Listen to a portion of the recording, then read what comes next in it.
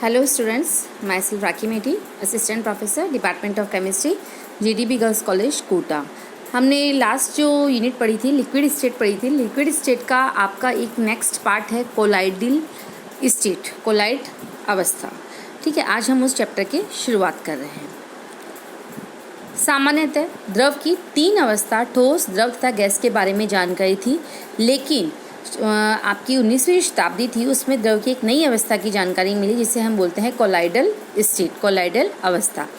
रसायन आपका जो केमिस्ट थे थॉमस ग्राहम, उन्होंने बताया कि विभिन्न प्रकार के विलेय पदार्थों के विलयनों का वनस्पति और जांतव झिल्ली यानी वेजिटेबल एंड एनिमल मेम्ब्रेन्स अथवा प्रेशमेंट पेपर चरम पत्र से विस्तरण गतियों का अध्ययन किया गया और पाया गया कि कुछ पदार्थों के विलयन इस प्रकार के झिल्लियों में तेजी से विस्तृत हो जाते हैं, जबकि कुछ पदार्थों के विलयन या तो बहुत विस्तृत होते ही नहीं हैं या बहुत धीरे धीरे विस्तृत होते हैं।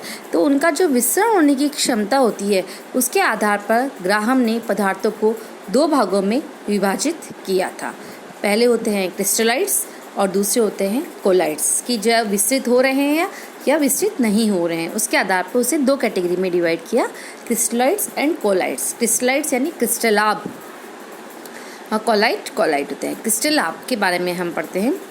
जिन पदार्थों के विलयन जांतव झिल्ली अथवा पार्चमेंट पत्र में से शीघ्रता से विस्तृत हो जाते हैं, मतलब जैसे कि जिन पदार्थों के सॉल्यूशन इजीली डिफ्यूज़ हो रहे हैं, जैसे शक्कर है, यूरिया है, सोडियम क्लोराइड है, क्षार है, इन सब का यदि हम वाटर में सॉल्यूशन बनाते हैं तो ये इजीली डिफ्यूज़ हो जाते हैं। इसलिए इन पदार्थों को ग्राहम ने क्रिस्टलाभ कहा, क्योंकि ये ठोस पदार्थ जो होते हैं ये ठोस अवस्था में प्राय क्रिस्टलाइन होते हैं। ग्रीक भाषा में ग्लू को कोला कहते हैं। तो कोलोराइड शब्द की उत्पत्ति ग्रीक भाषा की कोला शब्द से हुई, कोला ग्लू ओइडोस जैसा लाइक से हुई है। ग्राहम के अनुसार क्रिस्टलाभ विलयन में अणु अथवा आयनों के रूप में रहते हैं, जिनका आकार सूक्ष्म होने के कारण ये पारगम्य झिल्ली से सरलता से विस्तृत हो जाते हैं। कोलाइड पदार्थों के कणों का आकार विलयन में थोड़ा बड़ा होता है, जो झिल्ली के सरंध्रों से विस्तृत नहीं हो पाते हैं। ग्राहम, ओस्टवाल्ड व अन्य कई वैज्ञानिकों द्वारा कोलाइड विलयनों पर किए गए प्रयोगों से ज्ञात हुआ कि पदार्थों को क्रिस्टलाभ तथा कोलाइड में वर्गीकृत करना उचित नहीं है, क्योंकि भिन्न भिन्न प्रायोगिक परिस्थितियों में एक ही पदार्थ क्रिस्टलाभ और कोलाइड के सुदृढ़ व्यवहार प्रदर्शित कर सकता है। उदाहरण के लिए सोडियम क्लोराइड जो है, जैसे कि NaCl जो होता है, वो आपका वाटर में क्रिस्टलाभ है, मतलब वाटर में डिफ्यूज़ हो जाता है, लेकिन यदि हम इसको अल्कोहल या बेंजीन में सॉल्युबल करते हैं तो ये कोलाइड की भांति व्यवहार करने लगता है। इस प्रकार सल्फर अल्कोहली विलयन में क्रिस्टलाभ का और जलीय विलयन में कोलाइड जैसा व्यवहार प्रदर्शित करता है। यदि हम साबुन का सांद्र जलीय विलयन बनाएं तो कोलाइड विलयन और अल्कोहली विलयन क्रिस्टलाभ विलयन की लक्षण प्रदर्शित करते हैं। इस प्रकार धातुएं जैसे सोना, चांदी, तांबा, प्लेटिनम आदि के भी विशेष परिस्थितियों में कोलाइडी सॉल्यूशन बनाए गए। एक्स किरणों के अध्ययन से निष्कर्ष निकला कि बहुधा कोलाइडी कण क्रिस्टलाभ होते हैं। प्रयोगों द्वारा ज्ञात हुआ कि उचित प्रायोगिक परिस्थितियों में सभी पदार्थ के कोलाइडी विलयन बनाए जा सकते हैं। इस प्रकार एक ही पदार्थ दोनों अवस्थाओं में रह सकता है। क्रिस्टलाभ और कोलाइड जो होती हैं वो 2 अलग अलग अवस्थाएं होती हैं, लेकिन हम जो है आजकल कोलाइड के स्थान पर कोलाइडल स्टेट का उपयोग कर रहे हैं। आधुनिक धारणा के अनुसार ठोस द्रव की भांति गैस की भांति कोलाइडल स्टेट भी एक इसे पर्टिकुलर एक स्टेट है जो कि हम स्पेशल कंडीशंस में क्रिएट होती है। अतः कोलाइड अवस्था विलयन में उपस्थित कणों के आकार पर निर्भर करती है कि जो मॉलिक्यूल्स है उनका साइज़ क्या है। तो कणों के आधार पे इसको हम 3 सॉल्यूशन में बांटते हैं: true solution, suspension solution and colloid solution. True solution it means वास्तविक विलयन, सस्पेंशन इट मीन्स निलंबन, और तीसरा है आपका कोलाइड विलयन यानी कोलाइडल सॉल्यूशन। इस प्रकार विलयन में विलायक तथा विलेय पदार्थों के कणों का व्यास लगभग समान होता है। जो वास्तविक विलयन होता है उसमें विलायक और विलेय दोनों के कणों का जो व्यास होता है वो समान होता है और एक समान विलयन प्राप्त होता है। विलेय पदार्थ के कणों का आकार 10⁻⁷ सेंटीमीटर यानी 10 एंगस्ट्रॉम से कम होता है, क्योंकि 10 एंगस्ट्रॉम यानी 10⁻⁻10 हो गया। इन कणों को प्रभावशाली सूक्ष्मदर्शी द्वारा नहीं देखा जा सकता है। ये कण आयन अथवा अणु के रूप में उपस्थित होते हैं और शीघ्रता से विस्तृत हो जाते हैं। सेकंड है हमारा निलंबन। जब किसी विलयन में विलेय पदार्थ के कणों का आकार 10⁻⁵ सेंटीमीटर से अधिक होता है तो उनका आकार बहुत बड़ा हो गया, इसलिए इन्हें हम आई से नहीं देख सकते हैं। और ये जो कण होते हैं वो गुरुत्वाकर्षण के कारण पैदे पर ही बैठ जाएंगे। तो ऐसे जो निलंबन होता है, ऐसा सस्पेंशन होता है, वो आपका होमोजीनियस नहीं होता है, विषमांग होता है, हेट्रोजीनियस होता है। ये साधारणतः फिल्टर पत्र के छिद्रों से बाहर नहीं निकल पाते हैं। थर्ड हमारा आता है कोलाइड सॉल्यूशन। यह एक विषमांगी विलयन है जिसमें विलय के कणों का आकार 10⁻⁻5 सेंटीमीटर से कम और 10⁻⁻7 सेंटीमीटर से ज़्यादा होता है। इनके कणों का आकार, इट मीन्स कोलाइड सॉल्यूशन जो है वास्तविक विलयन और निलंबन के बीच की स्टेट है। ये कण आँखों से नहीं देखे जा सकते, लेकिन आपका जो सूक्ष्मदर्शी है उसके द्वारा देखे जा सकते हैं। ये कण थोड़े से छोटे होने के कारण गुरुत्वाकर्षण के कारण पात्र पे एकत्रित नहीं होते हैं और वास्तविक विलयन के आकार से बड़े होने के कारण शीघ्रता से विकसित नहीं होते हैं।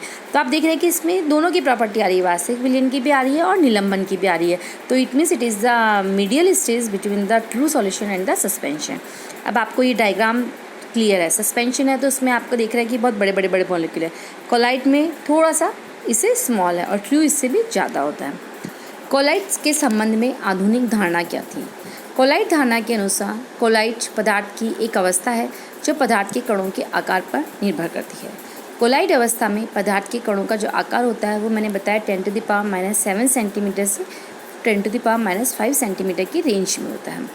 इस प्रकार के कण कोलाइडी कण कहलाते हैं तथा ऐसे विलयन को जिनमें कण उपस्थित होते हैं उसे हम कोलाइड सॉल्यूशन कहते हैं। अब वास्तविक सॉल्यूशन और कोलाइड सॉल्यूशन में क्या अंतर है, तो इसको हमने टेबुलर फॉर्म में बता दिया। सबसे पहले वास्तविक सॉल्यूशन जो होता है वो समांगी होता है, आपका जो कोलाइड है वो विषमांगी है। कणों का आकार 10⁻⁷ to 10⁻8 होता है ट्रू सॉल्यूशन में, कोलाइड में 10⁻⁵ से 10⁻7 होगा। आप वास्तविक सॉल्यूशन के जो कण होते हैं उसको आप सूक्ष्मदर्शी से नहीं देख सकते हैं, लेकिन आप कोलाइड विलयन के जो कण है उसको देख सकते हैं। जो आपका वास्तविक सॉल्यूशन के जो फिल्टर के जो कण होते हैं उन्हें हम फिल्टर पत्र या चरम पत्र से छान सकते हैं, मतलब वो विकसित हो जाते हैं, लेकिन इन्हें नहीं छाना जाता है। इन वास्तविक विलयन के जो कण होते हैं उनकी अधिष्ठान शक्ति कम होती है, जबकि कोलाइडी विलयन की ज़्यादा होती है। वास्तविक विलयन वैद्युत कण संचलन प्रदर्शित नहीं करते हैं, कोलाइडी विलयन करते हैं। ब्राउनिंग गति वास्तविक सॉल्यूशन नहीं करते हैं, कोलाइडी विलयन करता है। और टिंडल प्रभाव भी जो ट्रू सॉल्यूशन होता है वो प्रदर्शित नहीं करता है, कोलाइडी विलयन जो होता है वो करता है।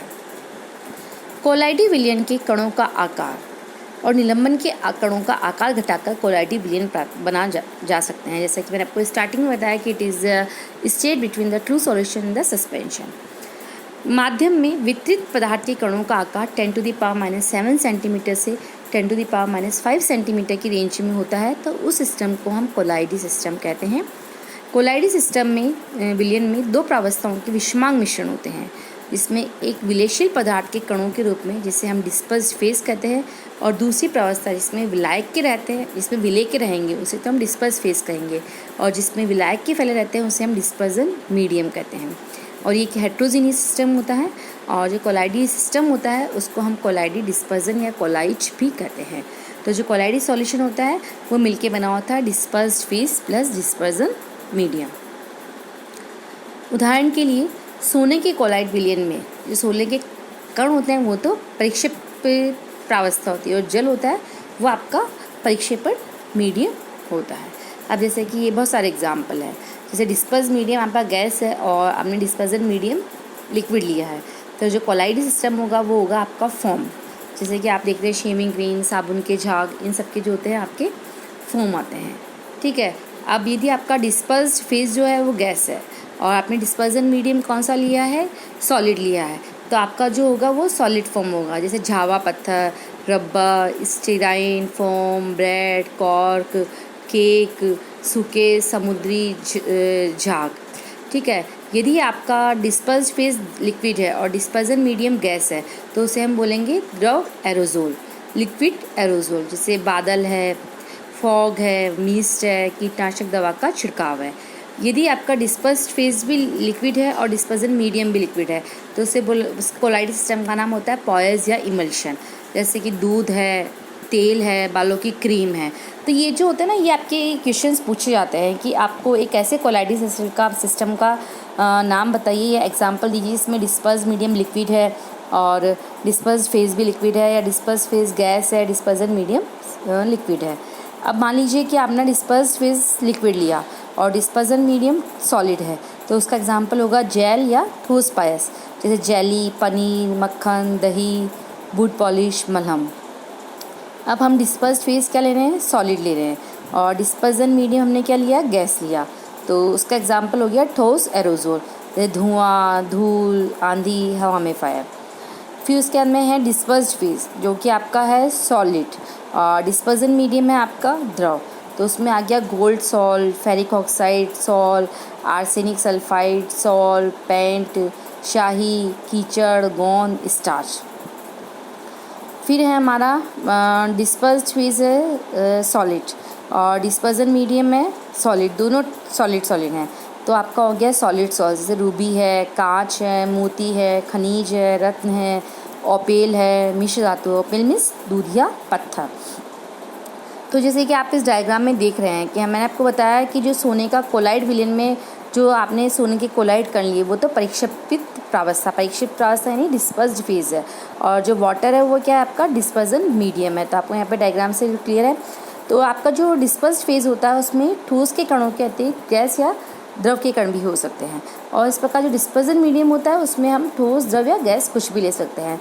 और आप जैसे डिस्पर्स्ड मीडियम और डिस्पर्जन फेज दोनों का जो भी आप कॉम्बिनेशन लेंगे उसके अनुसार ही आपकी जो कोलाइड सिस्टम है या आपका जो भी सिस्टम का जो नाम होगा वो उसके अकॉर्डिंगली आपका डिसाइड होता है कि आपने डिस्पर्स्ड फेज और डिस्पर्जन मीडियम में आपने कौन कौन सा मीडियम लिया है। ठोस दोनों सॉलिड हैं, एक सॉलिड एक लिक्विड है, या एक लिक्विड या एक गैस है, तो उसके अकॉर्डिंग, जैसे मैंने आपको एग्जांपल बताया कि हमने डिस्पर्स्ड फेज सॉलिड लिया, डिस्पर्जन मीडियम हमने क्या लिया, गैस लिया, तो हमारा जो एग्जांपल बना वो क्या बना, ठोस एरोजोल। तो अपने ठोस एरोजोल आपने सिस्टम तो बता दिया, बट उसके एग्जांपल्स क्या है, जैसे धुआं है, धूल है, आंधी है, हवा में फायर, तो इसे हम बोलते हैं ठोस एरोजोल। और यदि हम यहाँ पे गैस तो हमने डिस्पर्जन मीडियम लिया, लेकिन यदि हमने डिस्पर्स फेज को लिक्विड में कन्वर्ट कर दिया तो उसे हम बोलेंगे लिक्विड एरोजोल। तो वहाँ पे हो जाएगा बादल, फॉग, मिस्ट, ये सब चीज़ें आपकी कोलाइड सिस्टम के बारे में है। नेक्स्ट जो होगा हमारा टॉपिक वो हम नेक्स्ट क्लास में कवर करेंगे। ओके।